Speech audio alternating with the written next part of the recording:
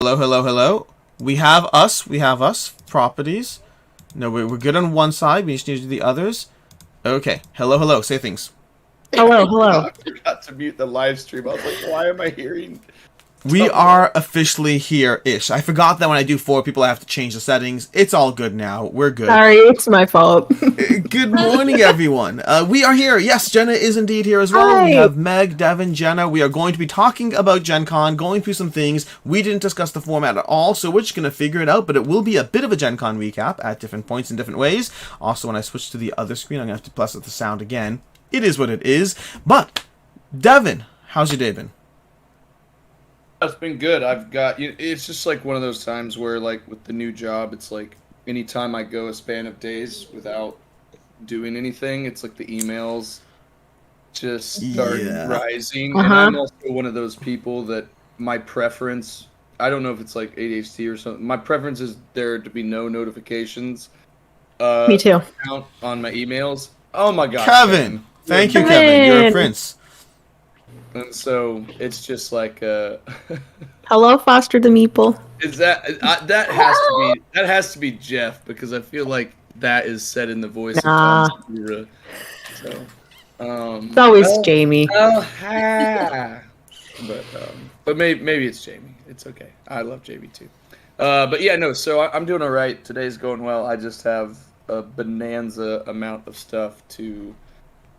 I think it's bananas, not bonanza. But wait, I think between all 4 of us, we are collectively one functioning human. You sound so tired, Devin. You sound so gone. We're still all recovering. Here's what happened is we finished Gen Con, and we finished Booth Breakdown at like 10:30 at night. And then the next day, I did a site visit with Gamma to Louisville. Oh, so you went on that? I had a whole day where I drove down to Louisville on a 1.5-hour shuttle ride. How did you not tell us you were doing that? I knew. Oh, how did you not tell me? How did you not tell me? I mean, Meg and I talked a lot more than me and you talked to Alex. Oh, thanks a lot. Thanks. Yeah. Well, Devin and I got drinks together. I went to go see Devin the first day. I mean, Meg bumped up, Alex. We talked about this. She took your place. I'm the favorite. Friendo. I will make do. I will make Drama. Drama. I will make do. Okay, fine. But yeah, so I checked out the hotel and the convention space, which are 2 separate buildings. It's not in the same spot like the Peppermill was. So it's going to be a little bit of a different setup for Gamma next year. But I mean, the hotel was nicer. The convention center was nicer. They're both nicer, but they're, it's not like you can come down from your room and you're. Which I love doing. I love that. Yeah. How far are they from each other? I would say, like, if you're in your room, I think it's probably the equivalent of if you stay at The JW Marriott. JW. Gotcha. That's not bad. That's manageable. Yeah. Yeah, it's 5-minute walk or something. It's manageable. Yeah, it's like 5 to 6 minute walk. Yeah, I did have a chance to see pictures from that Gamma tour, so I am very interested in, we'll see. I mean, obviously, I think, Jenna, have you gone to Gamma? You didn't go to Gamma, No, right? I was just going to ask, how does Gamma compare to Gen Con? Imagine. I know it's very different, yeah. I think Gamma's practically maybe my favorite convention. And it's because it's not B2C and it's not a bunch of publishers bringing product stock and selling it. Like, my favorite thing is just talking to people. And when I was on the content creation side, I always felt guilty about going to a booth at a big convention where people are trying to sell games, because I'm not really actually the purpose there. Yeah. We're trying to sell to people who are coming up to the booth. And so even meetings feel like compressed, because people are like, I'm going to talk to you real quick, we're going to say what we need to say, and then I would, like, I need to get back to doing what I'm doing. And so not Gen Con, Gamma, because it's B2B and it's really just publishers are meeting with retailers and distributors, it's not as manic. The meetings, like, people who come by the booth, they're not buying stuff in the sense that they're taking it away from them. They're like, ooh, I want those games for my stores, I'll put it in order. And so the the tone or the flow is nowhere near as hectic, and it just means that practically the whole convention is talking to people. In like conversations. So and like Gen Con is great, but you also have to compress all of the things that you do over the whole course of the day at Gamma into only the nighttime at Gen Con. And that just means that what suffers is like sleep and like energy. I mean, like, granted, you still stay up late at Gamma, but the whole pace of it doesn't feel as manic. Yeah, Gamma's particularly crazy. Gamma's very fun, less crazy. It's very beneficial. One of the things this year that's going to be interesting is it flows into Dice Tower West, and I kind of want to go to both. Oh, yeah. So I'm trying to go directly to Gamma and then fly directly to Dice Tower West. I forgot that. I'm considering either going to PAX Unplugged or Dice Tower West. Yeah. Go to PAX Unplugged. I'll be there. Yeah, we should talk. There's They're lots both of things. Great. Yeah. They're both very good. It feels like you've gotten the convention bug. It feels like you've now kind of shifted into this is what I want to do all the time. When in doubt, do both. Okay. Yes.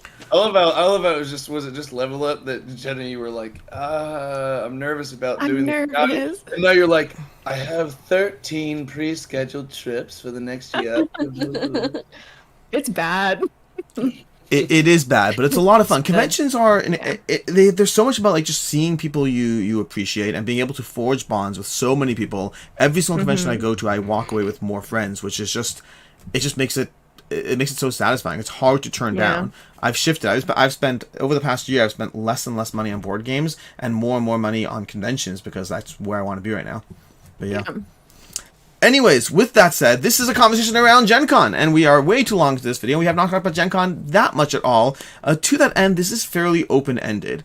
We could talk about any number of different things. So, for example, I'm seeing a bunch of comments in the chat about Dune Uprising. Do any of you know anything about Dune Imperium Uprising? Because I know nothing. I know it's just a separate game to Dune Imperium. Yes. Standalone. Yeah, I heard that as well. That's the extent of what I know, unfortunately. It's the Everdell far shore of the Dune Imperium. Oh no. Apparently there are people who are, because I just did a video recently on second editions and the nature of trying to improve a game and the problem with leaving behind people. And I got a bunch of comments talking about Dune Imperium in that. So I don't know exactly what's going on with it, but I think people are both excited and frustrated by Dune Imperium Uprising. I gotcha. Yeah, I out of the 35 bajillion parties that there were mixers, I wasn't able to go to the Direwolf one. Yeah. So I didn't really I didn't hear about it at all. But now our Gen Cons are all coming at this from slightly different angles. Meg and I were going around the hall playing games, demoing, meeting with publishers. Jenna and Devin, I think you were both working booths at points. So we have a different perspective on the things we got to see and or do at Gen Con. But I guess to start off the bat with either Jenna or Devin, I'm curious if you guys had a chance to play anything or see anything that was exciting. I'll let Jenna take this one. The only game that I was able to demo was Critter Kitchen. Okay, with cool. You guys. And then I played a few games in the evenings. I played Root. I ended up getting to learn Root from Sam from Lord of the Board, so that was your awesome. Brain hole absorbed Root in the evenings. Literally, we started it at like 11 p.m. Actually, not as difficult as I thought. Or maybe I'm just, Who did you play as? I don't think it's that it's as difficult. It's that you really should, you need to have a fantastic teacher. And I think Sam was so good. Yeah. So, I think Sam would be the person to teach for sure. Mm-hmm. I played the Vagabond, which was very fun. Okay. He is a really fun one. And that's a good one to kind of learn first because they can kind of do their own thing and everybody, wants to push and pull and have particular relationships with you. So that's not a bad one to learn. Did you play a full 4-player game? We did, yeah. And I was in the lead most of the time, and then I ended up tied in second place with Sam. So nice. Wow. Who won? Felt good about it. Meeple Conrad. Oh, he worked our booth. I love him. He was awesome. Yeah. He was the Otters. He was the Otters. Okay, that's what I was wondering. Was what faction won? Yeah. Now for Critter Kitchen, Devin, did you play Critter Kitchen at all at any point? No.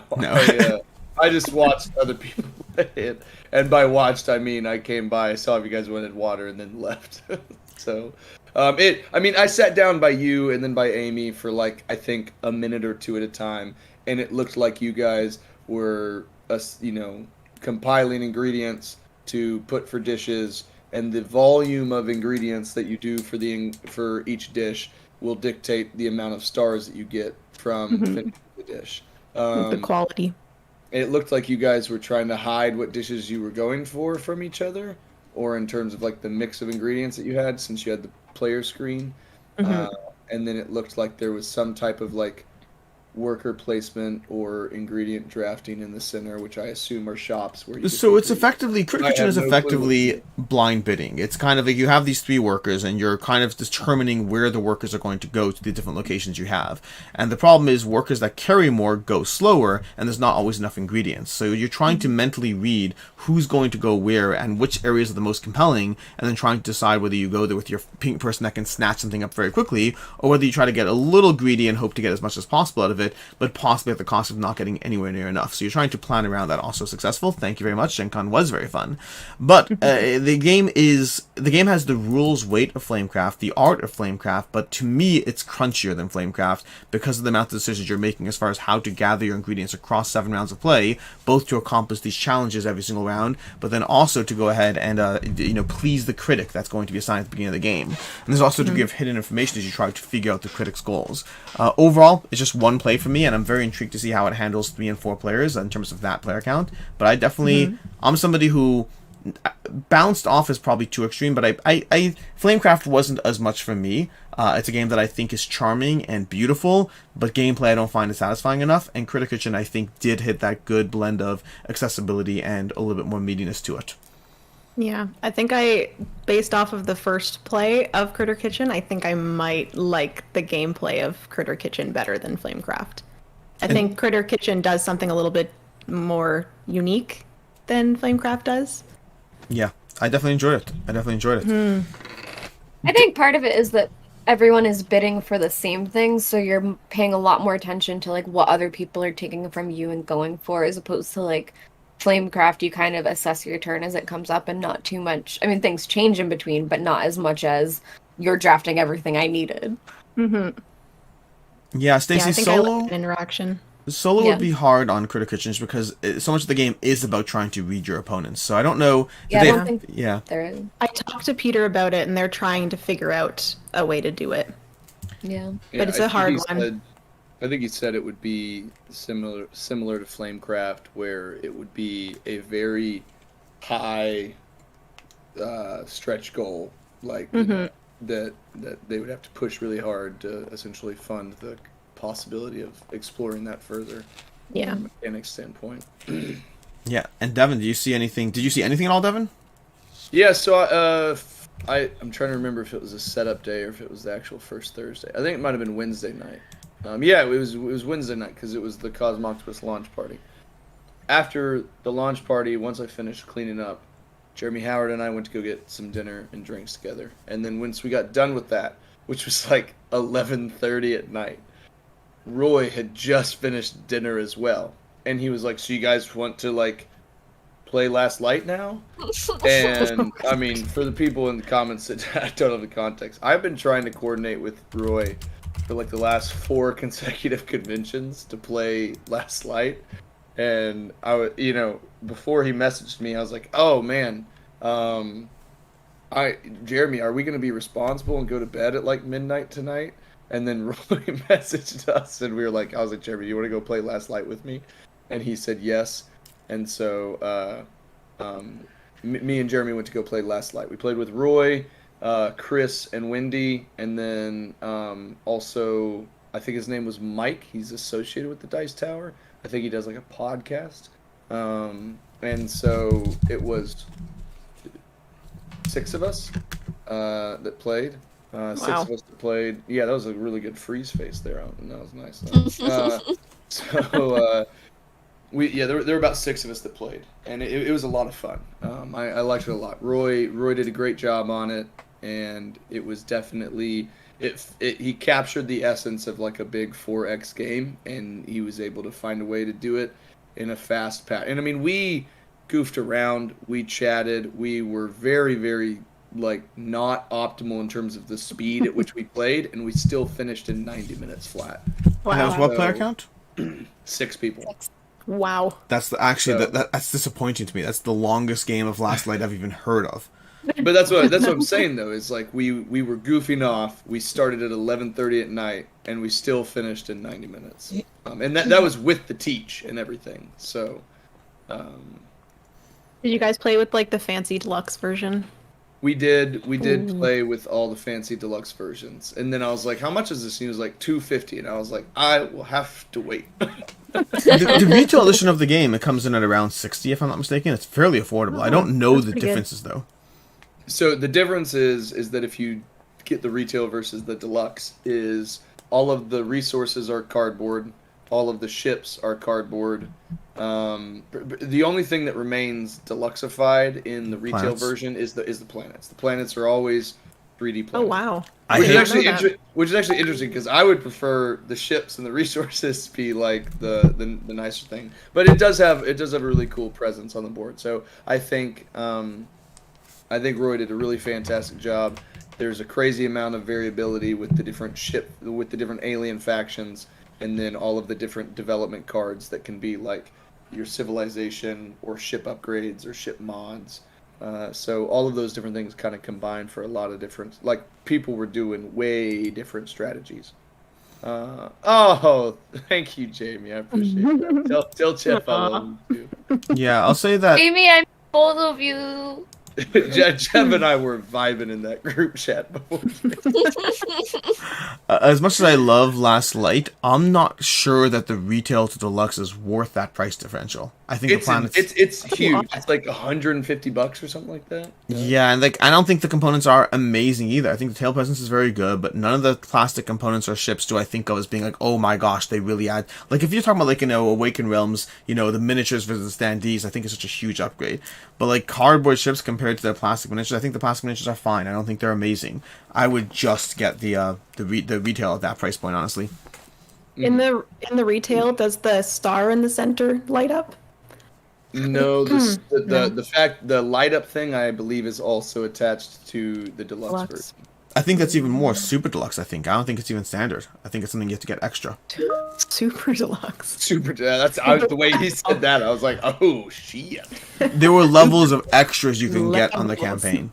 Platinum deluxe. The great, magnificent copy of Divinity. Oh, is there That's my puppies puppy. behind me? Yeah. Hi. Hi, we missed you. Did you miss Mom so much? They Yeah, did. but I one of know the- that they can hear me. Now, one thing I saw a few times mentioned in chat though is that Mythic Mischief Volume 2, which I don't know, but you guys, I have Well, that seen. was what Jenna was showing off. Yeah, She's yeah. I just got it. I'm very excited. Yeah, Mhm. I've It's opened it up. gone. I've looked at some of the stuff, but that's the extent of it for me. I love Mythic Mischief. I believe, I don't know if you guys know differently, I believe it's just for new factions. I don't think it's new rules. I think it's just new factions. Yeah. And then just like a new theming. Yeah, the Yeah, I garden. mean it's also the visual difference, Butter is more like, Alex, garden did you stuff, see it's what your hedgerows Asha instead said? of What did walls you and say? stuff. Broken enemies yet? No, I didn't. But fun fact, the video that goes up on the channel tomorrow is the Gencon haul, basically. And so Meg and I are going to go through like the 50 or so games we collectively came back with. At one point, she's playing around with Mythic Mischief, and she's like, I'm like, you can hold that box, Austin will kill me. She literally drops the box at one point. Though, to be clear, drops it onto the table, not like drops It wasn't that bad. It's like, you treated it the way I treat it. Drop an inch. Okay. You treated it the way I would treat prototype. Prototype miniatures can be fragile. They can break easily. And I would treat the box the exact same way, and I'm like, I wonder if they broke. I hope they did. They What did are they not. gonna do? I hope they did. You kidding me? If more of the miniatures broke and it wasn't even my fault, that'd be amazing. Sorry, Austin. Rob, I'm very excited to play the gnomes as well. I'm so excited for the gnomes. AP, thanks for the coffee. I'm sorry that I was not around. I was only on the floor like on Saturday. I think the rest of the time I was nowhere around because I was in meetings the entire time. So it was meetings on Thursday, Friday, and Sunday. Next year I want to do one day less of meetings. There were. Yeah, you guys seem so busy. It I'm was like, I running. hope they're giving themselves breaks. The Did you record, eat? everyone. High I got trait. home from Gen Con yesterday at 1 a.m. I've been home for a little bit, like 12 and a half hours now. So I finally made it home. So wait, you mean you got home today? Yes. Yeah, this morning at Okay. 1 a.m. Okay, yeah, Yeah. Yep. that's crazy. Collectively, the energy vibes right now in here are the lowest degree of energy. I'm just like But watching you all Devin- like stutter through it. Devin, when did you get home after doing the gamma thing? I got home yesterday at like 8 p.m. So So almost the same. So 'Cause that's my 9 p.m. some people stayed in Louisville and just flew out of Louisville, but it was cheaper for me to just fly out of Indianapolis, and I didn't like the idea of flying out the night of a big like road trip to Gamma, and I kind of wanted it, so I drove back to Indianapolis on the shuttle, and then Doug Shute, who is my friend from Free League, who you guys met him at Gamma. Yeah, what did you guys watch together? Teenage Mutant Ninja Turtles? Teenage Mutant Ninja Turtles, which was pretty awesome. I don't know anything about Teenage Mutant Ninja Whoa. Turtles. I'm like a fan. I never really watched the show or anything growing up, but I had a good time watching that. And then we also went out before that and got some ramen and stuff. So When are we playing that Alien game? When are we playing Alien RPG? Who's in charge of that? I told Doug that we need to figure out. He said Dave, the guy who's going to do the custom scenario for us, has been, I think, a little busy. So I want to play. Yep, I reaffirmed our desire to set that up and live stream that, and he was like, "Cool, sounds good to me." So Now, for me, one of the highlights I played at Gen Con was Dante. There's a few games that really stood out for me. One of them I don't even remember the name of it because they don't actually have an English name this is yet. from the people who do Chronicles of Drunagor. This is Creative Game Studio, right? Yeah, and this one I had a chance to table it for only around 45 minutes or so not a ton of there to see. In fact, you can't even see anything over here that matches up. I can't even show you stuff. I'll have to see if I could find something separately. They have anything at all? They have updates, pictures. They have nothing. But Dante over here is, I don't know what they have. Play at Gen Con, do they have pictures? Show me something. They got like no table presence or anything all ready to go. I'll have to find it. I don't know. Here we go. Here's like a little bit of a board situation you can see over here. Not the best I think it's picture. back up a little bit further. Scroll back up. No, here. This over here. I mean, this is the No, board. I think it's further down. Scroll down. You're just messing with me. Cool. So, anyways, Dante it seems to be a boss battler in terms of what it's doing over here. I didn't get a full sense of everything, but it looks like you're going to be going through a bit of a kind of, if you played Monster Hunter World, there's kind of a pre-hunt before every encounter. And in Dante, you kind of have a bit of a pre-situation where you start going through an exploration, you start making choices, encountering various people, and then that's going to lead you to an encounter, which is always going to be the same encounter, but it does seem to be that the encounter is going to have differences or nuances or challenges that change depending on what you did along the way. So it has a exploratory phase that affects the encounter you're going to dive into, and then you dive into the encounter, which has some sort of boss you're facing off against, which, to me, the description I can give, which is only helpful if you've played Massive Darkness, but it felt like the Massive Darkness of boss hunters, in terms of the focus was almost more the simplicity and the ease of play while having miniatures and combat and fun things, but not over the top. In fact, almost like Townsville Tussville is also a bit of a boss battler that is a little bit more whimsical and easy to dive into. This felt like that, just a drop more serious in tone. But I only played for like 45 minutes or so, but I really enjoyed the combat. It just felt satisfying because players can take turns in any order. You always have 4 characters, which means you could play with an encounter system. You could play with a companion system. So let's say I'm just playing with Devin. We'll play this imaginary campaign game together. So if I'm playing with Devin and we have each controlling 1 character, and there's 2 companions. The companions you could have as lighter characters with easier decision space. But if you're playing a full 4-player game, or you're just controlling 4 characters, you take 3 actions across the course of a round, but you can choose the order. So like Meg can take 3 actions, and then Jenna can take 1, and then Devin can take 2, and I'll take 1, then Jenna will take a remaining 2. You could bounce around taking your actions in any order as you figure out how to take down the boss. And the boss only reacts based on you missing. So when you try to attack, you roll dice and you try to hit them, and they only react based on you missing, which means half the time when you attack them, they're not even going to react, but you don't know when they're going to react. I think statistically they said the boss reacts 1 out of every 4 turns, but you don't know which turn that's going to be.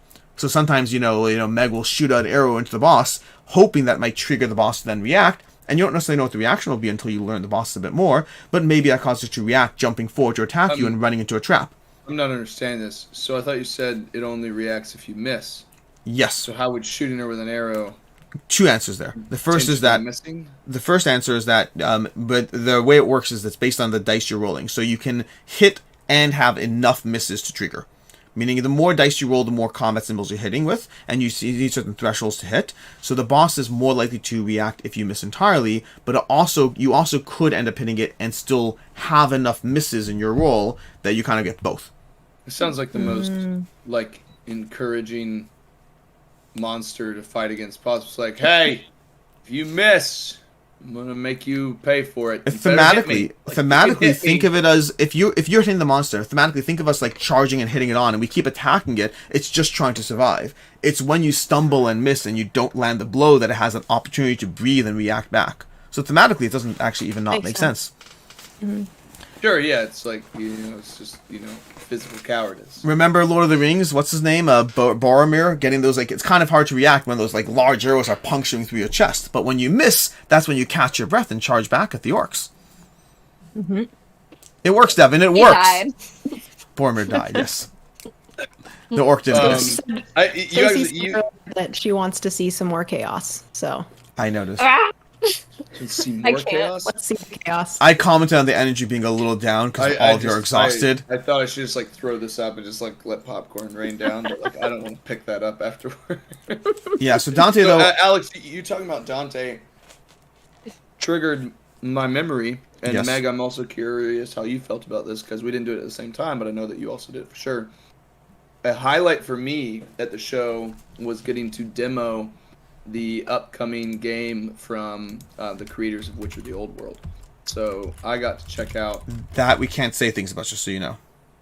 I know. I was just saying I'm really excited about what's coming out. Yeah, you're allowed to say Devin that. is trying to bait me into an NDA situation. I understand what's happening now. Devin targeted me, called me out, even though he knows Alex also played it. Devin, I know what you're doing, and it's not gonna work. I don't know what you're talking about. The people go on Had a lot board of fun. has another game coming out, and we can't talk about it. So we'll talk more about it in 2 weeks, I think, ish. But it was Not fun. even the name? You can't even say the name? No. Nope. We can say that it's from them. Yes, we can't say that, which is good because I already did. It's from that team. Also, apparently you guys had conversations about this that I don't think I had. Because they didn't tell you that it's a secret. Yeah. So were you about to say it before I stopped you? No. I was getting scared. No. Why would I have done that? I'm glad you didn't. It is a straight up secret. They're like, no. Like, I have pictures, and they're like, do not post the pictures until we. Anyways, past that. But we can say that they are coming out with a new title and that we were all able to play it, and we all, I believe, enjoyed it. So Did Jenna be play it? excited. No, I mean the three of us that have mentioned it. Sorry, Jenna. I haven't played But- any games by anyone. Keep your eyes out, and as soon as we can say it, we will. But I am very excited about what we'll get to tell you. Yeah. I don't even know what you're talking about anymore. Did you guys get to see the new reveal of the dice throne? Oh no, Yes. what's that? You did? This is also a secret, It's guys. also a We secret, gotta but yes. Go. Can we just This is not? like- I'm not saying anything. I didn't see it. Yeah, this one I actually signed an NDA for. Witcher, so they did just I. trusted us. Oh, did you see it? I didn't see it because I was supposed to find time so that they could film my reaction, but then I couldn't because I was working a dang booth. If you signed the NDA, we can talk after stream. Okay. Okay, cool. Cool. No, I didn't sign it, so Dang. you guys have fun with that. I don't even know what you guys are talking about at all.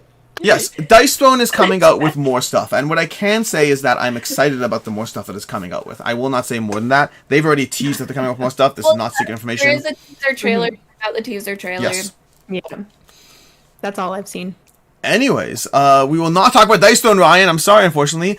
Jacob, the Shadowborn Project Mist from Shadowborn Games. That one, actually, I didn't have a chance to check that one out. Did not have a chance to check it out. But I will say that we did talk to Shadowborn Games, and they definitely, they are going to be showing to us at some point and having us try it out in some way.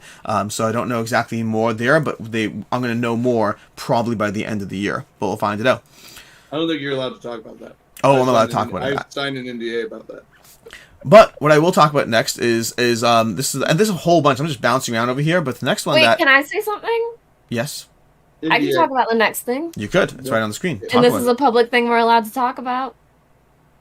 I was able to demo Ticket to Ride Legacy, which is a game that I was so excited about, and then I was able to demo it, and now seeing Just the to thing hear, I love was that about what you were Legacy about to games. talk about anyways?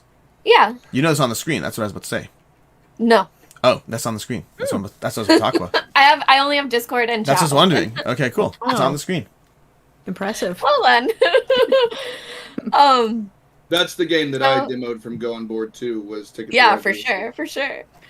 So it being a legacy game, especially this was something that I also sensed when I was playing Clank Legacy, but you can see certain secrets that you know will develop later. So there are things that were on cards that we don't even know what they meant, and different things, and the board isn't even a full board, which I think I'm allowed to say because it's Yes, scenario they 1. have This pictures was of being it. demoed on the floor. This is what they have right here, so you can see all this. Sure. So I just thoroughly enjoyed it. I had a great time playing it. There were a couple differences. I crushed everyone at the table like a shark. And yeah. That is so cool. What's Is that? it like a puzzle that you like build up? Yes. I think so. I think you'll end up unlocking regions and add to the board, I assume. But then what if even I'm getting so excited because what if you add to the board, but then the board also evolves and then you take a piece out and put a different piece in like industrialize or whatever. So like who knows? Or stickers. That's like really cool. Pandemic did this with stickers where they had one section of the map was there and then you have to stickerify slowly the rest of the map. This one they're literally treating it like a Sorry, puzzle. what was that word? Mm-hmm. Yeah. Pandemic. No. Stickers. Stickify? Stickerify. Interesting word. Yeah. But yeah, no, I really enjoyed Ticket to Ride Legacy. Well, with a caveat, and the caveat I'll give is, I don't think it's a game that is good for people who want to feel rewarded for their skill. Not to in any way take away from your win, man. Not to in any way take away from it. But I think that this is not really a spoiler. What? Sorry, I was reading chat. What did you say? Repeat yourself? We're gonna have a problem. What did I you said I really enjoyed it's a it. game that I said you I don't think it's a game. You don't have to have any measure of intelligence to win. That's not what I said. I said I don't think it's a game for players who want to feel like they're rewarded for their skill. Meaning, effectively, and then I said not to take away from your win. You played well. Meg. Beyond, my score is nowhere near yours. It's not about me winning or losing. I lost. Okay, we're fine. But the thing is, in Ticket to Ride Legacy, something that does happen. I think it's a If you lost, how do you know what it feels like to be rewarded? 1 second. No, Ryan, hear me out. Give me a second, okay, Ryan? Yeah, Alex. I'm not going to get into too much because I don't want to spoil things for you. But what I will say is, in Ticket to Ride Legacy, there are events that will happen. And those events that will happen will reward players with points for things that they were never told to do. Just generic things, like if you happen to have done... but I wonder if when you actually set up the first time, you know what events go in or something. I don't know if that was part of the demo. If so, then sure, I take back. But I don't think so. I think the whole point is to be secret. If I'm wrong, sure, I didn't read the rules. We had taught the game, we had demoed it, but there were multiple cards. And again, I would not have won either way. This is not about me being salty for losing. I'm cool losing. There were multiple events in the deck. Your name is Alex. Deduct 5 points. There were multiple events in the deck. You have pink hair. So, win this game. So there were 2 events in particular I can think of in the first round. One of which was completely random. There's no reason for you to have ever anticipated that you'd get rewarded for doing some random thing. The other one wasn't completely random, but it slightly changes. But I can hear more of an argument. But again, I still like the game. I love the game. I want to enjoy it. I did enjoy it. I will continue to play it. But it's something that will almost certainly be present when I eventually review it, unless they change that, is if there are random points being handed out for things that you didn't know, that doesn't take away from the enjoyment, but it does take away from players who don't like that. I don't mind that. Yeah. I had fun. Yeah. Yeah. Yeah. Alex makes initial statement. Alex progresses into 13 qualifications. I'm sorry. I enjoyed it, but it's 100%. Like, for somebody to not comment that from a critical stance I think would be wrong. It's a game that is a competitive game that rewards you incidentally. You doing right? Well, I think that those events will end up. First of all, I think the events will be recurring, and I think that we'll see what events get added in, and if decisions change what events get added in. Like, I think for it being a demo, it's not enough to make a decision based on what we played. Yeah, like Devin, I don't know if you remember this, but do you remember playing Cyberpunk 2077 from Come On? Dude, that game's not out yet. We can't talk about that. The story mode of Cyberpunk 2077, which I did win for the record. The solo mode of that one The story mode, not solo. We do care about winning and losing. No. But I'm saying my point is I had the same complaint there, even though I won that time. But it had the same problem. The story mode had the same problem where you were told to do X, and the story mode would be like, but if you did other things, here you go.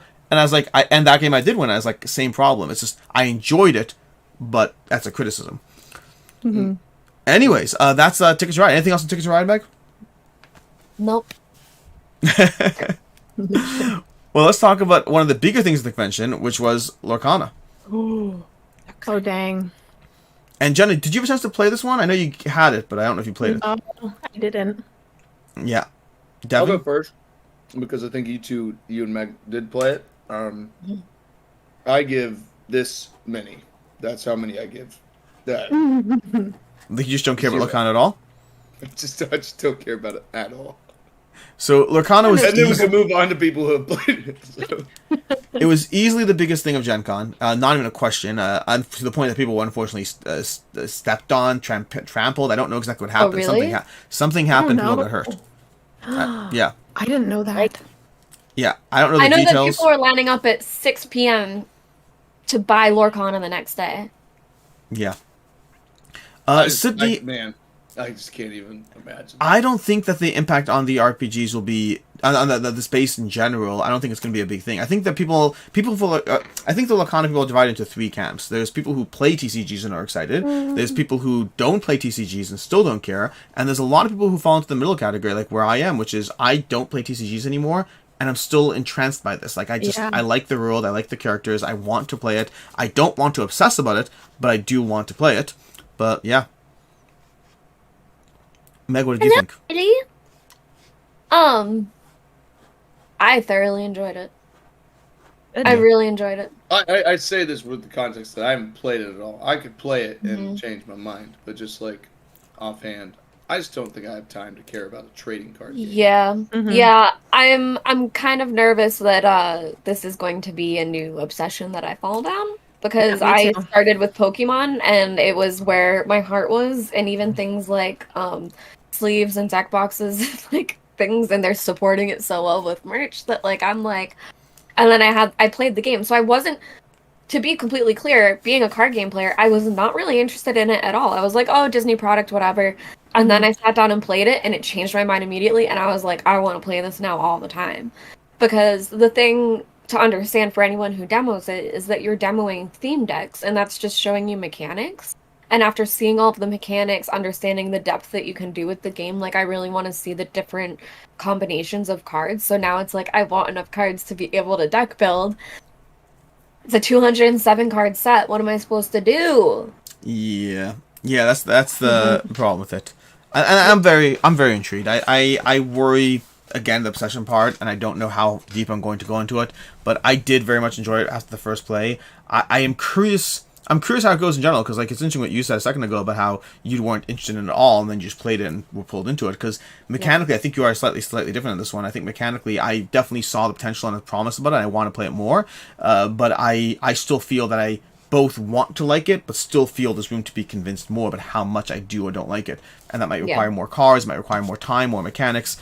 But I mean, they're going to be putting out 4 sets a year, which, I mean, I've done Magic for a long time, and with Magic, you kind of have to choose to be spending a lot of money to get everything, or just kind of build out decks on your own. Like, as a board gamer, I want to have everything and then build decks. As a Magic player, you build decks and then hunt down the stuff you need. You can't get everything. And I guess to explain the gameplay a little bit. To explain the gameplay a little bit, it's, in my opinion, very Magic light. So for anyone who hasn't gotten to try it yet, you can turn any card into your mana. It's called inking it. You can turn almost any card. It has to be an inkable one, but other than that, you can just take a card from your hand and use that as mana, and then it becomes your pool, almost like Hearthstone. And then apart from that, you're trying to get to 20 lore faster than your opponent. And if you think about it, you basically took the d20 that used to be on your opponent's side, put it next to you, and set it to 0, and took yours and put it next to them and set it to 0, and you're counting up to 20 instead of down to 0, and it's basically Magic in that sense. So, and then instead of attacking someone directly, you're still fighting minions, and then you're just boosting yourself up. So, I think it's very clever how they did it, and it seems less aggressive but still very thinky. That I just I'm very excited. Meg, check out chat. Which part? Joe. Ooh, Joe. Yeah. Can you send me pictures? Yeah. Oh, hi, Carly. Hi, Carly. How's it going? Carly, what happened to your Dice Stone video? Because it was up. It And went. then it maybe was this gone. isn't the place to ask. No, it's back up again. It's back up Okay. again. Otherwise, I wouldn't even ask. But yeah, no. Anyways, but yeah, no, Lorcana, very interested, very intrigued. Easily the hype of the convention. But yeah. Okay, I have one more thing on my list. I'm sure I can come up with more, but one more thing for right now, at least. Which for me is another one I know I demoed with Meg, which is that was not work out the way I wanted to. I mean, it is it's the right page. I didn't realize there was no image here. You got to play Manifest. Manifest Destiny. Yeah, I'm gonna go find some Oh actual my images. gosh. Jealous. Oh, It was How was good. It was So really good. good. I'm trying to find more I hate Take my information. money. You guys what's got the to play one that, and I did. Sen? Say again. What? Say again. So this is the one with Jay and Shad. I'm assuming it's the people, but it's from off the page games. So they did Mind Management, then they did Harrow County, which I didn't get to see the production copy, even though he was carrying it. I only got to see Jay for like a short moment. And I then can't they find were any demoing images Manifest online. Destiny That was also pretty beautiful. The Harrow County. production. I think it's like pre-production. pre-production. Because there's a few small things I think that they need to change. Like they have wooden standees that are a little too thick to fit in the whatever. But it was really beautiful. Nice, but Manifest Yeah. Destiny was good. Oh, it Yeah. was so good. So I'll let Alex explain it because I think he's better at like summarizing the mechanics. But the story of it is that you're playing as Lewis and Clark, and they're going through an expedition, but they encounter different cryptids and stuff throughout the story. So you are going on an expedition trying to do things like have enough resources like water and fire and stuff like that, all while trying to stop these monsters from terrorizing, I guess. But you So- can describe the gameplay, Alex. Yeah, I don't This have a one? full sense of the gameplay. Yes, that's Yes. the one. That's the one. The art looks, the cover art looks beautiful. What you see in front of you here is very much still prototype phase, so take into account. And what once you're looking again, at. off the page That's what- games, this is based off of a graphic novel. Yeah. This is the name. Yeah, which I love the consistency. They managed to put out 3 of these now, and like Harrow County was not as much my personal jam. I liked it, but I don't know if it's one I need to own. Mind Management I love, and Manifest Destiny only one play in so far, but I really enjoyed it. But effectively, you go across, I think there's 6 different chapters, and all the chapters are replayable. They have different boards for them, and that's relevant to a second. But effectively, the chapters are going to give you different goals, and you're trying to survive as you go through this. And in the first chapter, the one we got to demo, your goal is to hunt like 3 green monsters. circles represent like the wilderness that you're exploring. So you're wandering around the wilderness. You go location to location, but the wilderness has certain rules, and so every chapter gets its own rules of how it operates. So, for example, in this chapter, there's 1 wood in every row and column, but just 1. So if you find a wood, then you know everything else in that column is not wood, and everything else in that row is not wood. And so you have, but there's like 8 different rules. So if you've played games like Tiwanuku or Search for Planet X, that's going to be very familiar. But this time it's full on cooperative because the goal is not to inherently deduce things, but as you deduce things, it's important to navigate in the wilderness, to making sure you have enough water to survive, to make sure you get enough food to accomplish your daily challenges. Or in the case of the first scenario, you have to literally find these forts so that the forts can give you the information you need to track down the monsters. But forts are always in a particular pattern of the way you find them. So if you find a water here and a wood here, there's a decent chance that there's a fort over there. And so you're trying to use that knowledge of the rules of the terrain combined with your daily challenges that really gave me, like, one thing I've always said about Tiwanuku versus Search for Planet X is I like Tiwanuku so much more because it ends up feeling like a cooperative experience. It's not cooperative, it's competitive, but you get so excited, you're like, ooh, this is that. I end up playing the game almost cooperative in competitive game. And this has that in an actual cooperative monster hunting experience. I don't know if they're all monster hunting, but the first chapter was. They are all monsters. But I don't know if you said this part yet, Alex, but the characters also have different abilities that play really well off of each other. So the character I played could take off a token, look at it, and then put the token back. And then Alex's character could double the token that they take. So If when I we called really it needed correctly. water, If I predicted. yeah. So when we really needed water, I could peek, know that it's water, and then he could say it's water, and then we get double water. Yeah, but I liked it a lot. It was easily, I think, I mean, it's hard to pick. My highlights of the convention were definitely games that I demoed and tried, but I think, I mean, Manifest Destiny, Dante, what else was there? I think other things we said, but like, I mean, Ticket to Ride, there are a lot of great games that I had a chance to play. Nice. Anything else from any of you? Jenna, how was your? Did you do like full days or did you do shift? Full days. Oof. Oh my god. 10 a.m. till 6. They gave like Understand a that life.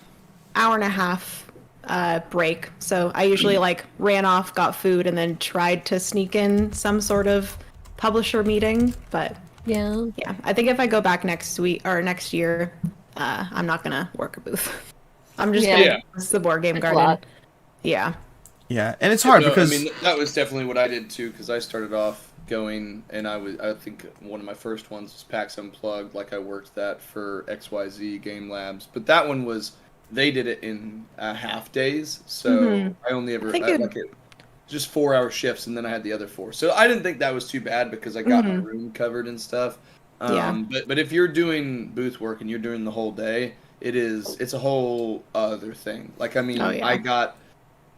I had lunch, which was like pretty much all I had most of the time, and that was like 3 to 4 p.m. was roughly when I would get lunch, and that was like delivered to the booth so that I could go back and scarf it down in between stuff. But I still had a great convention, but full-time booth work is rough because I mean, I got there at about 10:30ish on Tuesday. So like setting up the booth for me started at about 12 or between 12 and 1 on Tuesday.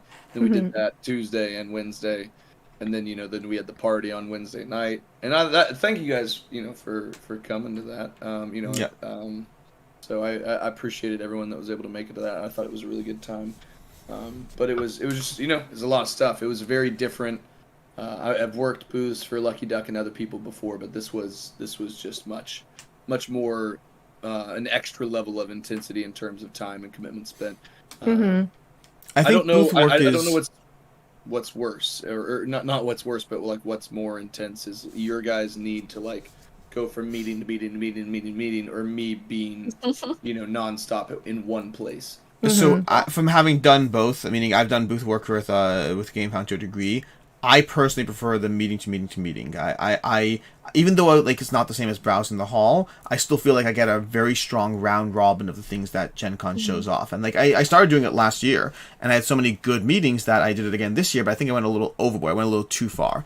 So I think I want to pull it back a drop and also be focused of what do I want to get out of each meeting. Like there's like 1 or 2 meetings that I walked into and they were more like meet and greets, was like, hey, good to see you. We don't really have anything to like show you right now, but let's talk for half an hour. Which I like that, but I like doing that in like 6 minutes at a booth, not like a half hour long meeting. Because I like the connection. I like, even if there's something actionable, I like people. I like the people in the space, and it's fun to run around. But I want to do it with a bit more intent next year. But I do think managing a booth and doing booth work to go to a convention, I think it's a great thing for people to do, especially if you're not sure if a convention is worth it. And then once you do that, and you're like, ooh, maybe I do want to like spend the extra money and just have fun. But at least you have a better idea of what you want to go, what you want to go do. Yeah. I think booth work is a lot harder. I do think For it was me, even good be able for to my first eat when year. you want to. Oh, What, yeah. Jen? I do think for my first year going to Gen Con, it was good that I like had like a home base. It was nice to know that I could like go back to that publisher booth, and the team at Third World Studios was so nice. And And you get to really, hang out with Jamie all day. exactly, yes. And like it was nice because a lot of like the board game garden community knew that I was there so that they could find me, so I was able to actually meet a lot of them, which was really Yeah. good. Instead of like trying to find each other in the craziness of the hall. That So- part is nice. I remember at Origins, it was good to be able to tell people, I'll be at GameFound. And that is nice because a lot of people who do want to see you have that opportunity to run by, versus it is harder if you're just running the hall and just It hoping was you run funny. people. I had a lot of people come by the booth and be like, "Oh, hey, Devin, like, not it's good to see you," and stuff like that. And then after we finished chatting, the follow up question would be like, "Have you seen Alex and Meg?" I was like, I hadn't got to see them yet, and I'd be like, they're walking, they're doing meetings nonstop, and I was essentially like, number one, good luck. And then I was like, number two, I was like, technically Alex is taller, but that doesn't mean anything in this convention. I was like, look for Meg. I was like, look for pink hair. And I was like, you'll probably find them. So at one point, this is a great story. So at I one know what point, you're gonna say. at one point, I was walking alone. Meg did whatever. I don't even remember what Meg did. Meg was on her own, and I was walking alone towards a publisher.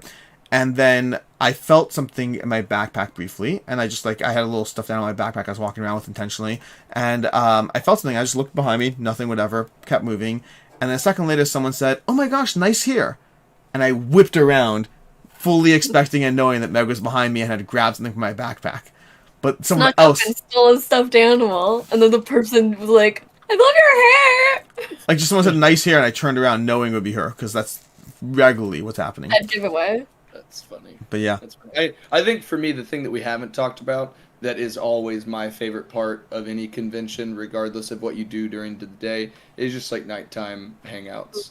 Those are always my favorite. It's a reduction in no matter how busy, whether it's Gamma and it's a lighter load, whether it's Gen Con and it's insanity. I mean, because this year was like 85,000-ish, like roughly, people, which was madness. But the evenings are always much more enjoyable to me in terms of like what you get to do. So like Wednesday night for me was I'm trying to figure out what I did Tuesday night. I don't even remember what I did Tuesday night. I have currently no recollection. Wednesday, was the party, and then also getting to do like a bunch of people coming around and you guys coming and supporting and stuff, and so that was wonderful to do that with Cosmoctopus. I was just there for the plushies. Yeah, I know you were just there for the plushies. I was so sad I couldn't come. I know it was publisher like dinner thing. Yeah, no, Yeah. it's the curse of conventions. There's always 5 things to go to, and you're missing out on 4 of them, no matter what you pick. Yeah. So that was good. Then doing Last Light was a lot of fun, and then Thursday night.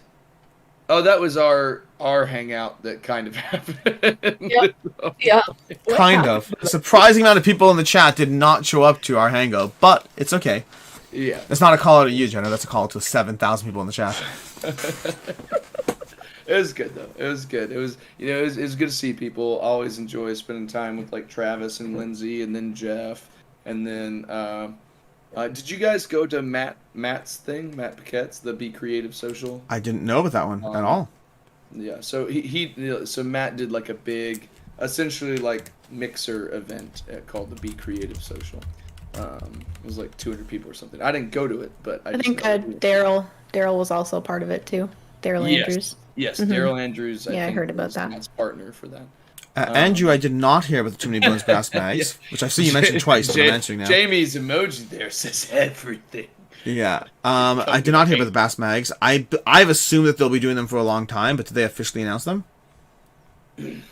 But yeah. No, it's good. And then Friday night I did I think I did 2 different things Friday night. I went to Top Golf with Sean and Scott just as our little kind of like team dinner, just the 3 of us. So that was a lot of fun. We used our broken bodies to very shittily hit golf balls, not effectively at all. And then I think I did something else later that night, but I can't remember. And then Saturday was a lot of fun. Saturday I went full dress up mode, and I wore a gray suit. That was a lot of fun going out to cocktail night with that. So I'll send you guys a picture of how I looked. I went kind of Miami Vice mode. I had like a gray suit and then just like a black tee on. So it was a lot of fun. I want to see. It was a lot of fun. Yeah. Overall, Gen Con was a lot. There were a million games. We only talked about small sampling, things we got demo, things we got whatever. There were a lot of games, a ton of people, a lot of things that were like selling out left, right, and center. Yeah. Last Light, no one keeping stock. World Wonders, which one of the games I was most excited for, did not get my hands on it, unfortunately, because it sold out day one. And day one I was all meetings. Day one on what? World Wonders from Arcane Wonders. Mm-hmm. It's a polyomino game. It's one I was very excited for, and unfortunately didn't get my hands on it. I did walk home with Dixit Disney, which I'm very excited for. That was one I wanted to get my hands on. Honestly, there are a lot of games. Have you played Dixit? Yep. It's Dixit, just with Disney artwork, but they did a good enough job with it, so it works. And a 2-player mode. And a 2-player mode. Yeah, there were a decent amount of games that I think I was interested in, but just didn't have the time or the energy to try to focus on them. But like Sky Team was one that I had a lot of fun demoing. Play that one already at Gamma, and so that one was fun. Sea Salt and Paper is one that people keep talking about that I thought would be interesting to check out. Inside Job is one that I've wanted to play. Ooh. Haven't had the opportunity of playing it, but I've wanted to try. I have a it. copy. To pick that one up. So, and then, man, there's some other ones. Tesseract. I already played that one solo so far. Need to play it multiplayer. My name's Alex. I've already played them all. I may have played a bunch of the games. Listen, this is a homework assignment. I have like 50 games, but it is a homework assignment, and that means I need to get moving on it. Yeah. Alex, before we go, I just Yes. sent you a picture. Where? Because I want to talk about this thing as well. And what's your question? Whether you're allowed to? Can you show it? No, can you show it somehow? I'm sure I could find a way. Yeah. Let me see if I could. Give me a second. What was that? Me just trying to me doing things live. That's what it was. It was me doing things live. There was tapping noise. It was like someone. Oh, that was Penny. That was my dog. Gotcha. Was she wagging her tail? No, she was itching. Oh, itchy girl. Itchy girl. I should be able to do this if you give me a second. So the thing that Can Alex you is make me a mod, hopefully... Alex? You be quiet. The thing that Alex is hopefully pulling up, you guys, is a component that we got to see for... What is the game, Alex? Kutnahora. Kutnahora. The CGE game. Yeah. Yeah, it's CGE's new game, and they came out with a new material that has never been used before in board games for components. And it's Rewood. 80% recycled wood and 20% recycled, like, I don't know, recyclables. So it's all very eco-friendly and stuff like that. And it felt really cool. Like, it had a nice weight to it. It felt almost like ceramic-y, I guess. Like, almost if you had, like, a woodeny... You know what I mean? Like, a little gritty, I guess, like that. Yeah. It felt very cool, and I think that for a replacement for things like plastic pieces, I just wanted to talk about this because it felt better and looked better to me than something like plastic. The way that it was, they were able to, because all of those pieces behind my hand are made out of this material that even the way it dyed, I think is not as like shiny. Way more sense. I was like, what is that pure uncolored block of hexagonal material? So the block is the material. Like they made a block of it so you could see it like a bigger like that and hold it hefty, but all of those little pieces behind it that are on the player boards are all whatever this material is, and I don't remember the name. Shower tiles. Yes, Devin. Finely crafted shower tiles. Finely crafted shower tiles. They're pretty soft, but it's all recycled. That's what's good. It's good for the world. That's cool. It felt like a weird texture between wood and plastic that was satisfying to play with. Yep. Yeah, I would say it was nicer to me than plastic components. That I hope this is just something that we start seeing more and more of. I thought it was really cool. Nice. Yeah. Kutnahora, Stacey. Kutnahora? Yeah, Kutnahora. It's a new game coming by CGE, and I assume that CGE will start using this for their future games. Is it called Rewood? Is that what it's called? Maybe. They recently did a video about it on their YouTube. Because they've been doing a lot of like deep Gencon dive vlogs. stuff. So they did talk about it, but I don't remember the name of what the material is. Gotcha. Rewood. Yeah. We're gonna go ahead and call the stream because I think at least 2 of the people on this call need to get back to bed ASAP. But I have to unpack. I haven't unpacked my cooler. You should I saw unpack. this hilarious video that was like about couples, and it's just this one that Amber and our algorithm pushes to both of us, and it was this couple that like gets back from this trip, and the woman was narrating, and she's like, why am I with this person? This man, we've only been home for 2 minutes, and he's already unpacking his suitcase. I am leaving this for the next 3 to 5 business days before I touch this thing at all. And he has the nerve to put it in his, like back in the drawer. And I was like, this is reminds me of a reel I saw at one point. I don't remember exactly how it goes, but basically it says like there's 2 kinds of people. The kind that has everything packed like, 3.5 weeks before the trip, and the kind that throws everything to a suitcase 20 minutes before, and they marry each other. Yep. Yeah. That's so true. Anyways, with that, we're gonna go ahead and call it a wrap so people can get some sleep, and so I can play more games from the hall. Food. Yeah, and food. Food. That's pretend food's important too. Food. Thanks so much, everyone, for tuning in. We will Thanks, probably be back. friends. Oh, next week I may not be here. There may not be a live stream next week. There may be more review videos as I catch up on all the Gen Con haul. We'll see. Mm-hmm. Right. Bye. Goodbye, Love you everyone. all. Have a good one.